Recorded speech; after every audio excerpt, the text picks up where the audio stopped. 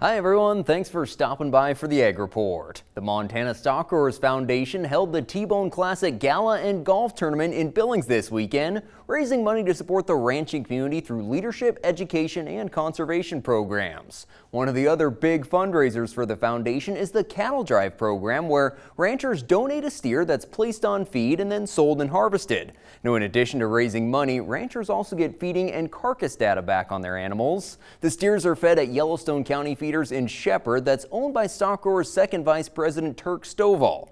We were able to tour the feedlot, and Turk told us about a new element that they've added to the Cattle Drive program to get more Montana beef into local restaurants. One thing about Montana Stockgrowers is we are really trying to promote Montana cattle. We're feeding the cattle here in Montana.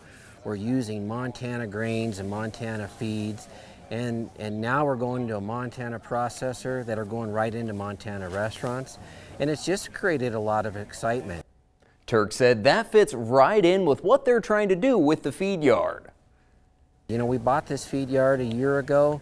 You know, our family's ranch is south of Billings here. We have a background in yard there, but you know, we really seen an opportunity to try to really, how can we revitalize some of this commercial cattle feeding here in Montana and create more opportunities for ranchers that really can add value to their cattle? And we're saying, hey, let's try to do this in Montana.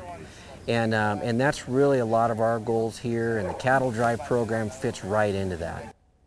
Well, thanks for joining us this morning. We'll see you back here shortly to talk about the markets. We asked Montana farmer Walt Sales about the challenges of mental health in agriculture. Another drought, there always is. There's always gonna be another something. I grew up in a generation of you pulled yourself up by your bootstraps, but it's become evident is what do you do if you can't even find those bootstraps? If you need to talk to somebody, go to beyondtheweather.com for free counseling for Montana ag producers.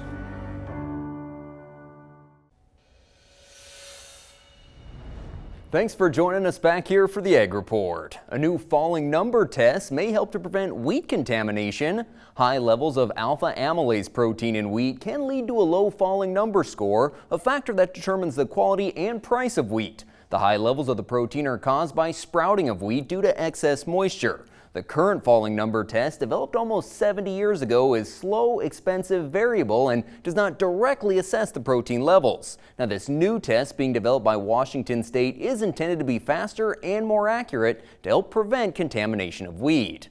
Well, strong triple-digit gains for the cattle futures with support from cheaper corn and higher box beef. Cash sales so far this week have been steady to lower, but there's a lot of trade to work through as feedlots have been holding out. In Superior Livestock's Bighorn Classic, we saw great demand on the bigger calves. Light calves steady to maybe a shade softer. A little lower discount on the heifers as there were quite a few less offered. And 5-weight steers from our region averaged $303, 6-weights at $283. Finished lambs in Sioux Falls $10 to $20 higher this week, selling from $211 to $230.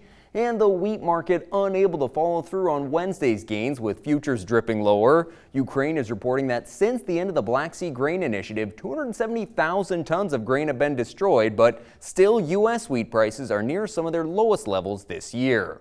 Well, that's going to do it for today's report. Thanks for joining us and have a great day.